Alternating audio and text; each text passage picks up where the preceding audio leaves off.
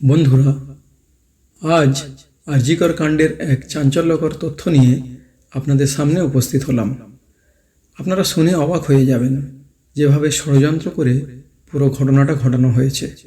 প্রমাণ লোপাটের চেষ্টা করা হয়েছে, আসল অপরাধীদের আড়াল করা হয়েছে, তা যে কোনো হিন্দি সিনেমা বা ওয়েব সিরিজকে হার মানিয়ে দেবে। আজকের ভিডিওটি হিন্দিতে রয়েছে। এই ভিডিওতে যেটা দাবি করা হয়েছে তার সত্যতা আমরা যাচাই করতে পারিনি। ভিডিওটি শেষ পর্যন্ত দেখুন। কোনো অসঙ্গতি থাকলে কমেন্ট করে অবশ্যই জানাবেন। আর মৃতা বোনটির আত্মার শান্তি কামনা করে সর্বপ্রথমে ওম শান্তি অবশ্যই লিখবেন। চলুন তাহলে শুরু করা যাক। ওম শান্তি। तो अब तक आरोपी संजय रॉय समझा जा रहा था।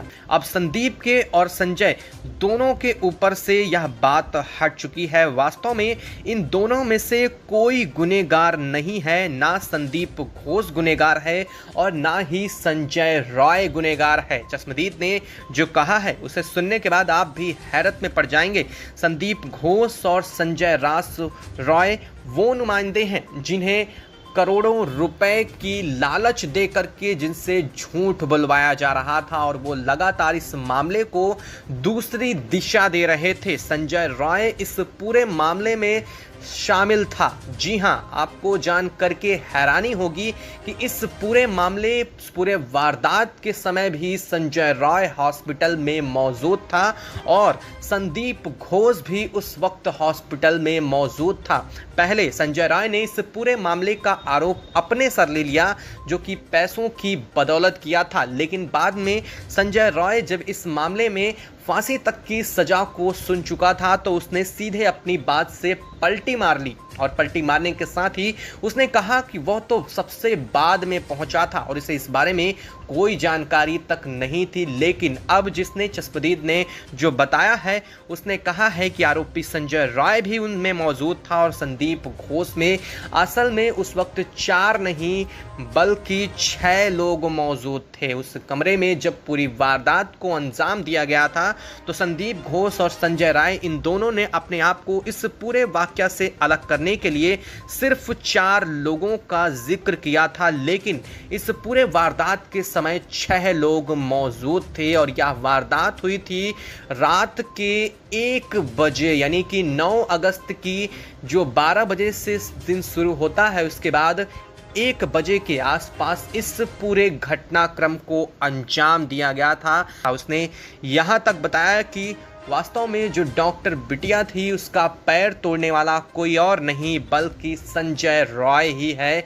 और इस वारदात को, इस घटना को उसने, संजय रॉय ने डॉक्टर बिटिया के सांस थम जाने के बाद किया था और उसने अपनी हैवानियत का भी शिकार जब उसकी सांस टूट चुकी थी उसके बाद किया था। लेकिन उससे पहले कौन कौन लोग थे वो सबसे अहम हो जाता है। उसमें संदीप घोष भी शामिल था। जी हाँ, उसकी मुंह पर घूंसा मारने वाला, उसकी आंखों को फोड़ने की कोशिश करने वाला कोई और नहीं बल्कि उसी आरजीकर कॉलेज का प्रिंसिपल संदीप घोष था। और यहाँ पर 3 और लोग मौजूद थे जो इस पूरी दरिंदगी के समय वहाँ मौजूद थे। और चौथा एक सबसे अहम जो कि इस मामले का चश्मदीद था और जिसके बारे में कोई जानकारी किसी को भी नहीं था, वो था वहाँ का स्वीपर। उस स्वीपर ने यह बात का जिक्र करते हुए बताया है कि उस दिन सेमिनार हॉल सहित पूरे हॉस्पिटल में जब सफाई करने के बाद लगभग 8 बजा हुआ रहा होगा, वो सेमिनार हॉल में जाकर के सो गया था। और जब सेमिनार हॉल में यह पूरी वारदात को अंजाम दिया जा रहा था तब वो वहीं पर मौजूद था। पहले उसकी नींद नहीं टूटी, लेकिन जब डॉक्टर बिटिया की चीखें उसके कानों तक पहुंची तो वो वहां पर मौजूद था और उस वक्त उसकी आंखें खुली। जो उसके सामने आंखों के घटनाक्रम हुआ उसे देखने के बाद उसने खुद बताया कि उसकी आंखें खुद भी फटी की फटी रह गईं। लेकिन उसने यह कहा कि अगर मैं वहां उस वक्त जरा सा भी बोल देता तो शायद वह मेरा भी आखिरी दिन होता, क्योंकि वहाँ जो लोग मौजूद थे वो कोई आम नहीं बल्कि इस कोलकाता के कई बड़े रसूखदार लोग हैं और उनका इस केस से संबंध भी सीधा है। उसने अब एक एक बात करके जो चश्मदीद गवाह है उसने बात सामने रख दी है। जबकि वह एक लंबे समय से आरजेकर कॉलेज का स्वीपर था, वहाँ साफ सफाई का काम करता था, इस वजह से उसे काफ़ी कुछ पहले से ज़रूर पता था। उसने कहा था, उसने बताया यह इस पूरे मामले में कुछ और नहीं बल्कि यह सब कुछ बदले की भावना और इस एक बड़े मामले को दबाने के लिए किया गया था। उसने बताया कि आरजेकर कॉलेज के ऊपर जो ये अब तक आरोप लग रहे थे वास्तव में वो सच आरोप हैं, यानी कि आरजेकर कॉलेज में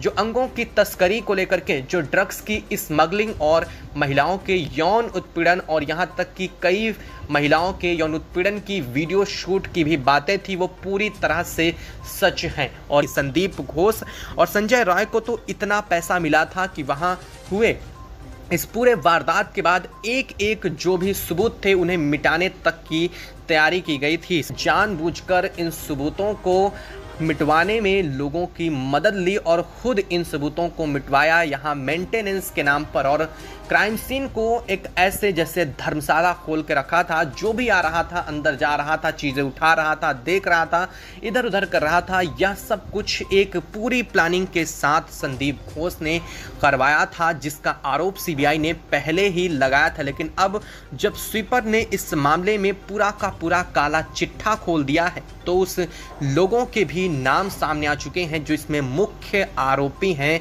हालांकि सीबीआई ने अब तक इन लोगों के नामों का स्पष्ट खुलासा नहीं किया है, लेकिन शिकंजा कसता जा रहा है और ये लोग जल्द ही सीबीआई की गिरफ्त में होंगे, क्योंकि इन्हें हाथ डालना आसान चीज़ें नहीं हैं। लेकिन संदीप घोष और संजय रॉय के बयानों से अब तक कुछ नहीं स्पष्ट हो रहा था। अगर यह मामला अब तक इस स्वीपर की तरफ से, चश्मदीद गवाह की तरफ से नहीं बताया गया होता तो शायद अभी भी हम उसी कहानी पे भरोसा कर रहे होते जो आरोपी संदीप घोष और संजय रॉय की तरफ से गढ़ी गई थी। और यह आरोपियों की तरफ से गढ़ी गई कहानी पूरी एक प्री प्लान्ड थी, ताकि इस पूरे वाकया को घुमाते रहा जाए और एक ऐसा समय आए जिस तरह से पहले और भी कई वारदातें हुई और उन सभी वारदातों को धीरे धीरे करके दबा दिया गया। इसमें भी यही करने की तैयारी थी, लेकिन अब ऐसा नहीं होने वाला है। इन आरोपियों को कड़ी सज़ा मिलने वाली है। जो